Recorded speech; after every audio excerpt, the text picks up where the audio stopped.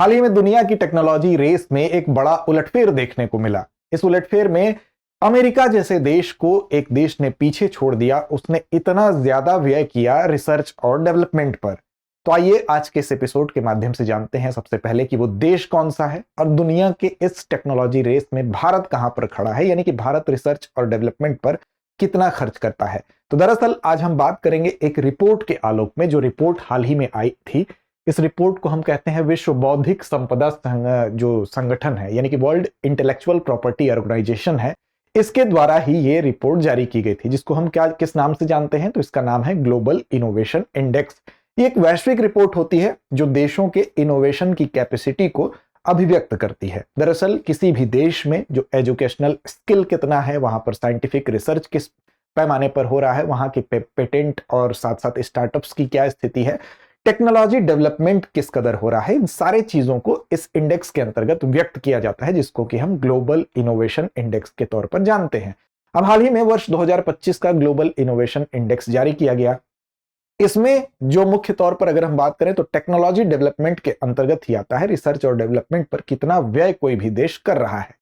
अब वर्ष 2024 के अंतर्गत, क्योंकि 2025 की ये रिपोर्ट थी, इसमें वर्ष 2024 के आंकड़ों को बताया गया। इसमें यह कहा गया कि टोटल जो R&D पूरे विश्व ने रिसर्च डेवलपमेंट पर जो व्यय किया वो कितना था, तो 2.87, याद रखिएगा 2.87 पूरे वर्ल्ड ने ट्रिलियन डॉलर, 2.87 ट्रिलियन डॉलर पूरे विश्व ने व्यय किया किस पर, रिसर्च और डेवलपमेंट पर, जो कि पिछले वर्ष से यानी वर्ष 2024 का यह आंकड़ा है, तो इससे पूर्व का जो वर्ष था उससे 3% ज्यादा था। कितना ज्यादा था?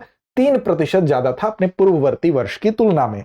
और साथ साथ इसको अगर ये देखा जाए कि वर्ष 2000 को अगर लैंडमार्क मान लिया जाए तो वर्ष 2000 की तुलना में ये 3 गुना ज्यादा था। यानी कि रिसर्च और डेवलपमेंट पर अगर वर्ष 2000 में 100 रुपए खर्च हो रहे हैं तो वर्ष 2024 में ये 300 रुपए व्यय हुए।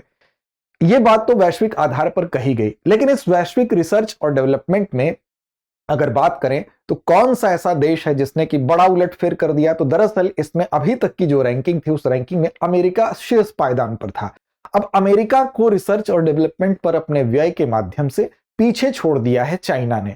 दरअसल इस रिपोर्ट में ही एक बात और निकलकर सामने आती है कि चाइना के आगे बढ़ने के साथ साथ जो एशिया है, एशिया 45% यानी कि 45% जो है पूरे विश्व के R&D पर जो व्यय होता है उसका 45% एशिया जो है वो व्यय कर रहा है। यानी कि एशिया की तरफ हम कह सकते हैं कि जो उत्पादन रिसर्च है वो शिफ्ट हुआ है।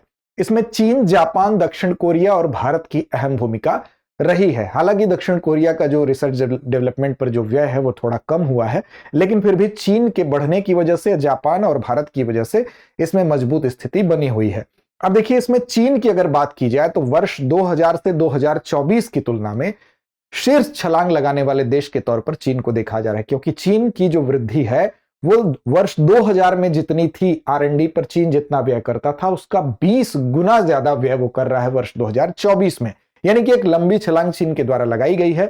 और वैश्विक हिस्सेदारी की का अगर प्रतिशत के तौर पर देखा जाए तो 23% जो है अंकों की वृद्धि हुई है, यानी कि परसेंटेज पॉइंट की वृद्धि की है किसने? चीन ने। तो इस तरह से पहले स्थान पर आ गया है चीन। अब नजर डालते हैं कि R&D पर खर्च करने वाले शीर्ष जो देश हैं वो कौन कौन से हैं। तो देखिए, पहले स्थान पर चीन आ गया, ये आप देख सकते हैं, 785.9 बिलियन डॉलर ये खर्च कर रहा है R&D पर, जो कि वर्ष 2000 को लैंडमार्क मानते हुए उसका 20 गुना है। इसने +23 परसेंटेज पॉइंट की वैश्विक हिस्सेदारी में जो है वृद्धि दर्ज की गई है। दूसरे स्थान पर अमेरिका अभी भी है, यानी कि पहले स्थान पर जो हुआ करता था दूसरे पायदान पर है, 781.8 बिलियन डॉलर, जो कि 2 गुना इसकी भी वृद्धि है वर्ष 2000 को लैंडमार्क मानते हुए। लेकिन फिर भी अगर गिरावट देखें तो 9.7 परसेंटेज पॉइंट की इसमें गिरावट दर्ज की गई है पिछले वर्ष की तुलना में। अब देखिए, जापान जो है वो तीसरे पायदान पर है, 186 बिलियन डॉलर खर्च करता है, इसमें भी 7.2% पॉइंट की वैश्विक हिस्सेदारी में गिरावट दर्ज की गई है। यानी अमेरिका में भी गिरावट दर्ज की गई है, जापान में भी, जबकि चीन जो है इसमें गिरावट नहीं बल्कि इसमें 0.23 परसेंटेज पॉइंट जो है उछाल नजर आया है। जर्मनी की बात करें तो जर्मनी अगर हम बात करेंगे चौथे स्थान पर है, 132.2 बिलियन डॉलर ये खर्च करता है R&D पर, और यूरोप का सबसे बड़ा R&D में निवेश करने वाले देश के तौर पर भी जर्मनी है।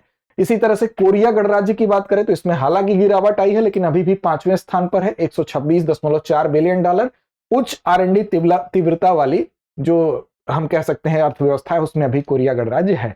यूनाइटेड किंगडम छठे स्थान पर है और 7वें स्थान पर है भारत। तो भारत किस स्थान पर है, तो आपको याद रखना है भारत जो है 7वें स्थान पर है। भारत के संबंध में देखें तो रैंक के लिहाज से R&D पूरे विश्व में जो व्यय हो रहा है उसमें भारत 7वें स्थान पर है और 75.7 अरब डॉलर जो है वो खर्च किया है भारत ने। अब भारत के R&D में भी अगर हम बात करेंगे तो वर्ष 2000 के बाद से अगर आप देखें तो 3 गुने की वृद्धि हुई है। तो एक तरह से भारत के लिए भी ये पॉजिटिव संकेत है। अब ये तो 3 गुने की वृद्धि क्यों हुई है उस पर भी आएंगे। अब चीन के कुल R&D से अगर कंपेयर करते हैं तो अभी भी हम चीन के कुल R&D की तुलना में लगभग 10% ही हम R&D पर व्यय कर पा रहे हैं। तो हालांकि हम वर्ष 2000 की तुलना में 3 गुना ज्यादा वृद्धि किए हैं, लेकिन अभी भी चीन से जब तुलना होती है तो हम उसके 10% पर ही पहुंच गए हैं। इंपॉर्टेंस ये है कि भारत की जो नवाचार आधारित आर्थिक विकास की जो रणनीति है वो कहीं ना कहीं एक सही दिशा में जा रही है, क्योंकि हम अपने पिछली यात्रा की तुलना अगर हम अपने माइलस्टोन से करें तो उससे हम कहीं ज्यादा बेहतर किए हैं। अब सवाल उठता है कि R&D की इंपॉर्टेंस क्या है। दरअसल R&D के लाभ हैं। R&D पर हम जितना ज्यादा व्यय करते हैं तो उसी तरह से नई टेक्नोलॉजी, नई तकनीकी का विकास होता है, उसी हिसाब से रोजगार का सृजन होता है और रोजगार का सृजन होना, विकास होना आर्थिक गति को हमेशा बढ़ाने का काम करते हैं। एक अध्ययन के अनुसार ये बात निकलकर सामने आई थी कि कहीं भी अगर प्रोडक्टिविटी जो है R&D पर अगर व्यय बढ़ता है तो प्रोडक्टिविटी बढ़ती है किसी भी काम की। अगर एक अध्ययन के अनुसार ही आंकड़ा बताया गया है कि 1% अगर R&D पर व्यय ज्यादा होता है, 1 परसेंटेज पॉइंट अगर R&D पर व्यय ज्यादा हुआ तो जीडीपी का पर कैपिटा जो जीडीपी है उसके 0.13% में वृद्धि हो जाती है। तो ये एक अध्ययन का एक आंकड़ा है। तो इस आंकड़े को एक उदाहरण के तौर पर आप ले सकते हैं। इसको शाश्वत सत्य ना भी माने तो भी ये बात तो इससे स्पष्ट होती है कि जो है प्रोडक्टिविटी बढ़ती है और कहीं ना कहीं R&D पर अगर हम व्यय करेंगे तो उससे हमारे जीडीपी में भी ग्रोथ होगी। अब इसरो ने जो पिछले कुछ दिनों में महत्वपूर्ण काम किए हैं, या हमने कोविड-19 के समय जो वैक्सीन डेवलप की है, या हम अपने स्पेस के क्षेत्र में जो काम कर रहे हैं, इन सारे वजहों से हमारा R&D पर व्यय पिछले अगर वर्ष 2000 को माइलस्टोन माने तो 3 गुना वृद्धि को दर्ज करने में इसका अहम योगदान रहा है। जैसे कम लागत वाली जो सैटेलाइट है उसको इसरो ने उसको डेवलप किया, तो कम लागत में सैटेलाइट लॉन्च करने की क्षमता हमारे पास होने की वजह से बहुत सारे देशों की सैटेलाइट लॉन्च करने का जो हम कह सकते हैं काम है वो इसरो के पास आता है। तो इससे हमें लाभ होता है, हमारे देश को लाभ होता है। सबसे पहले सबसे सस्ते अंतरिक्ष अगर हम कहें कि भारत अगर दुनिया में अंतरिक्ष मिशन जो लॉन्च होते हैं उसमें सबसे सस्ते अंतरिक्ष मिशन लॉन्च करता है, तो इस लिहाज से ही कर पा रहे हैं हम कि इस क्षेत्र में हमने R&D को बढ़ावा दिया है। चाहे वो मंगलयान हो आपका, चाहे वो आपका चंद्रयान हो, ये हमने बाकी देशों की तुलना में अगर आप देखेंगे तो हमने बहुत कम बजट में इसको किया और ये तभी संभव हुआ जब R&D पर व्यय ज्यादा हुआ। भारत ने बायोटेक की जो वैक्सीन बनाई थी कोवैक्सीन, वो हम कह सकते हैं कि पहला DNA आधारित वैक्सीन हमने कोविड-19 के समय बनाया और इससे वैक्सीन निर्यात में भी हम अहम योगदान दे सके।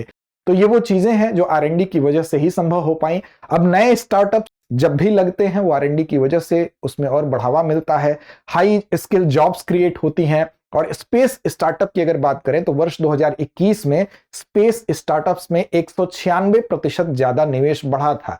तो ये वो तमाम कारण है, वो चाहे इसरो हो, चाहे हमारा फार्मास्यूटिकल इन्वेस्टमेंट हो या हमारे नए स्टार्टअप के क्षेत्र में हो, हमने इसमें R&D में वर्ष 2000 की तुलना में 3 गुना ज्यादा निवेश किया है और भारत पूरे वैश्विक दृष्टिकोण से देखें तो 7वें पायदान पर अभी काबिज है। हालांकि अभी अपने पड़ोसी देशों की तुलना में इस पर व्यय किया जाना अभी शेष है, अभी बहुत लंबा रास्ता तय करना है। चलेंगे अभ्यास प्रश्न की तरफ, लेकिन उससे पहले आपको बता दें कि अगर आप अपनी यूपीएससी की तैयारी अपने घर से करना चाहते हैं, पॉकेट फ्रेंडली बजट में करना चाहते हैं, तो आपके लिए एक बेस्ट कोर्स हमारे पास है जिसका नाम है GS studio foundation live online course. इस कोर्स की सबसे खास बात, इसकी कीमत है 24,999 के अंदर ही ये कोर्स आपको मिलेगा। उसमें भी अतिरिक्त डिस्काउंट आपको मिलेगा अगर आप कूपन कोड AMITABH अमिताभ का इस्तेमाल करते हैं। इस कूपन कोड का इस्तेमाल करने पर ये कोर्स आपको जिस फीस पे आपको मिल रहा है उससे भी अतिरिक्त डिस्काउंट पर मिलेगा। हिंदी, इंग्लिश और इंग्लिश तीनों माध्यम में है।